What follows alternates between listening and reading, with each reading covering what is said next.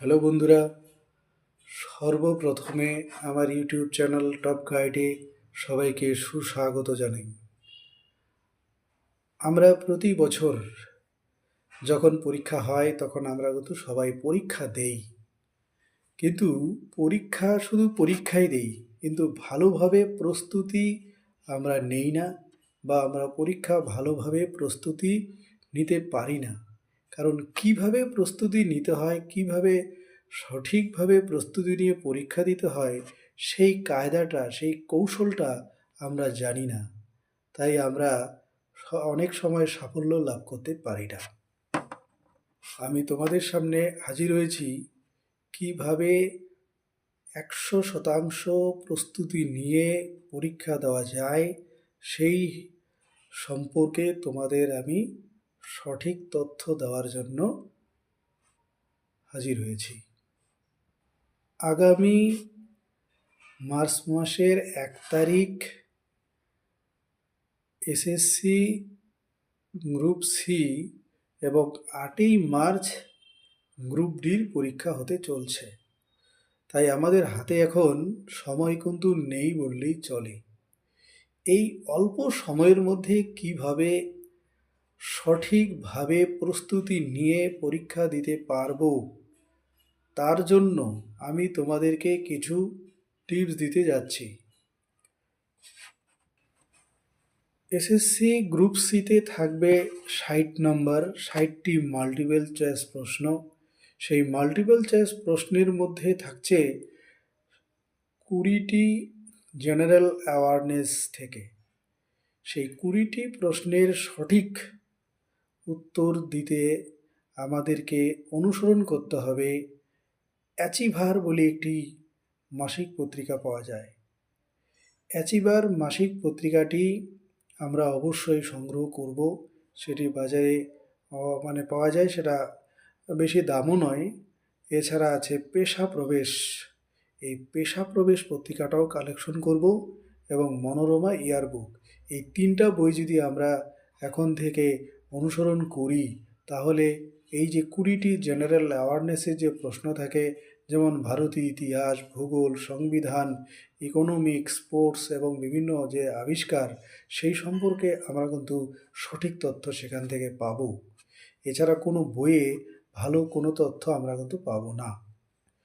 এছাড়া আছে general English. General English থেকে থাকে preposition, singular, plural, synonym, antonym, splitting, sentence structure, TF, matching এবং পাজল।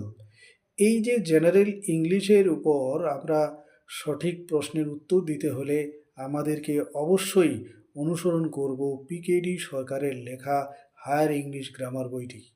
এই গ্রামার বইয়ের উপরে আর কোনো বই হতে পারে না। তারপর আছে রিজনিং।